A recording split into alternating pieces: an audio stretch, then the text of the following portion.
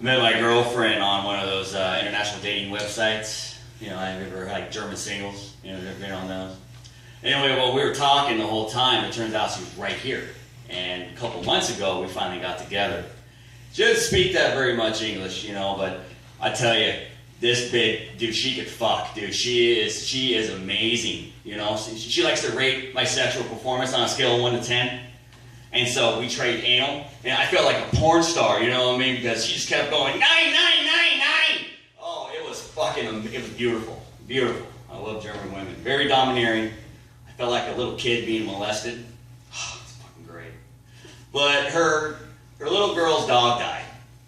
And, you know, it's sad, you know, she lost her puppy, had it from when she was born up to now. She's like 13, 14 years old. And she came up to me and she's all, Ernie, and I'm all, what's up, baby? You know, I miss my puppy. I'm like, oh, well, as well as you should, right? You know, you've been up for a long time, you know. And she's like, Ernie, well, what's up, sweetheart? Do dogs go to heaven? Is there a doggy heaven? And I'm like, well, I would think there is. I would assume it's a lot like normal heaven, except you get to do it from behind.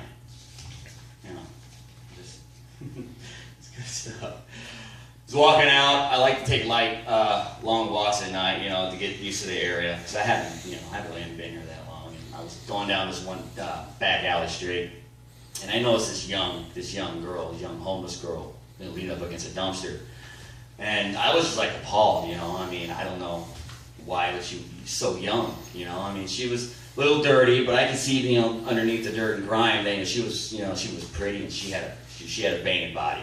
Okay, so I did whatever any other decent human being would, you know. I took her to my place, you know, and cleaned her up a little. And as I was drying her off, you know, I was getting aroused, you know. I was like, man. So then we started making love.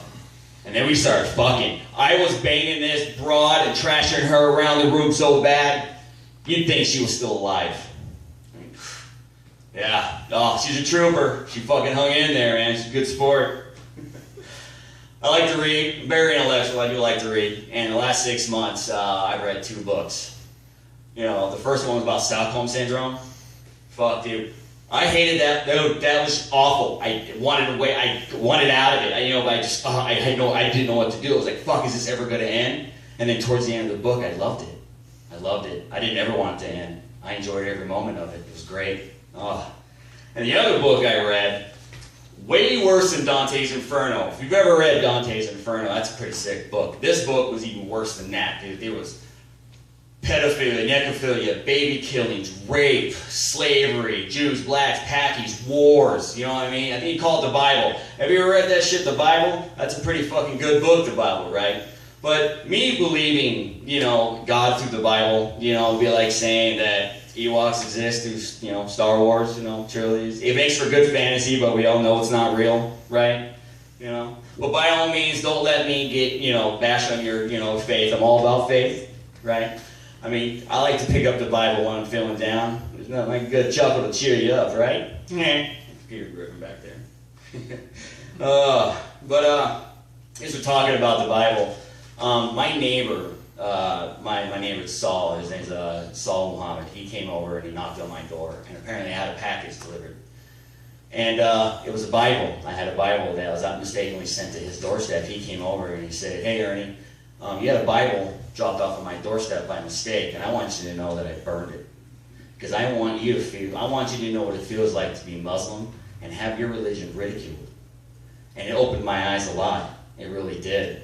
And I thought to myself, you know, like, wow, you know, I do feel like a Muslim right now.